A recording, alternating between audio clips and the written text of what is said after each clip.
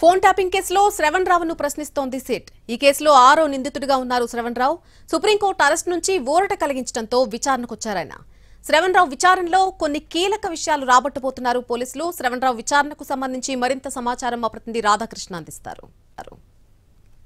Tapping కేసులో SIT కార్యాలయంలోకి Shravan రావు కొద్దిసేపటి క్రితమే విచారణకు హాజరు కావడం జరిగింది. ప్రస్తుతం అతన్ని సిట్ ఇన్ఛార్జిగా ఉన్న ఏసీపీ వెంకటగిరి అతన్ని విచారిస్తున్నారు. అతనితో పాటు ఈ కేసుకు సంబంధించిన ఇతర సిబ్బంది కూడా అతన్ని విచారించబోతున్నారు. ప్రధానంగా ఈ ఫోన్ ట్యాపింగ్ సంబంధించిన దాంట్లో 3 అంశాలలో శ్రవణ్ రావుని విచారిస్తున్నారు. అందులో ప్రధానంగా ఒకటి, అసలు ఈ ఫోన్ ట్యాపింగ్ సంబంధించింది ప్రభాకర్ రావు తో పాటు ప్రణీత్ రావుకి ఇతనే ఆదేశాలు జారీ చేసినట్లుగా ప్రణీత్ రావు విచారణలో చెప్పాడు. కాబట్టి అసలు ఎందుకు మీరు ఆదేశాలు జారీ చేయడం జరిగింది ఒకటి, అలాగే ఎవరు చెప్తే మీరు ఆదేశాలు జారీ చేశారనేది రెండవది, మూడవది ఈ ఆదేశాలు జారీ చేయడం వెనక ఎవరికి లబ్ధి చేకూరింది అన్న దానికి సంబంధించి దీంతో పాటుగా కాంగ్రెస్ పార్టీ అంటే 2023లో ఎన్నికలు జరిగిన సమయంలో కాంగ్రెస్ అభ్యర్థులు ఎవరైతే పోటీ చేస్తున్నారో వాళ్లకు ఎవరైతే ఆర్థికంగా సహాయం చేస్తున్నారో అలాంటి వాళ్ళకు సంబంధించిన సమాచారాన్ని మీరు ఏ విధంగా సేకరించారు, ఎందుకు మీరు ఆ నెంబర్లను అంటే ఆ నెంబర్లు అసలు ఎవరిచ్చారు మీకు, ఆ నెంబర్లని ఎస్ఐబికి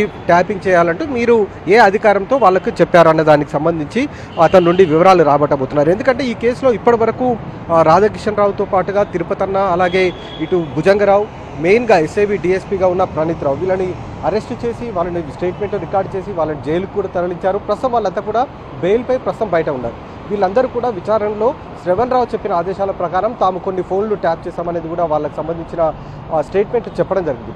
ముందుగా ఈ కేసుకు సంబంధించిన దాంట్లో శ్రవణ్ రావుకు సంబంధించిన పేరు ఎక్కడ కూడా ముందుగా ప్రణీత్ రావు అరెస్ట్ చేసిన సమయంలో ఎఫ్ఐఆర్లో లేదు. కానీ ఎప్పుడైతే శ్రవణ్ రావు తన స్టేట్మెంట్లో ప్రణీత్ రావును ఎప్పుడైతే అరెస్ట్ చేశారో ప్రణీత్ రావు అరెస్ట్ చేసిన సమయంలో శ్రవణ్ రావుకు సంబంధించిన వివరాలు చెప్పడంతో అప్పుడు అతన్ని A6గా శ్రవణ్ రావుని ఇన్వాల్వ్ చేయడం జరిగింది.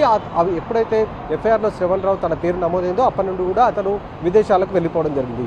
ఈ నెల 24వ తేదీన సుప్రీంకోర్టు ఇచ్చిన ఆదేశాల ప్రకారం అతను తిరిగి అమెరికా నుండి ఇండియాకి రావడం జరిగింది.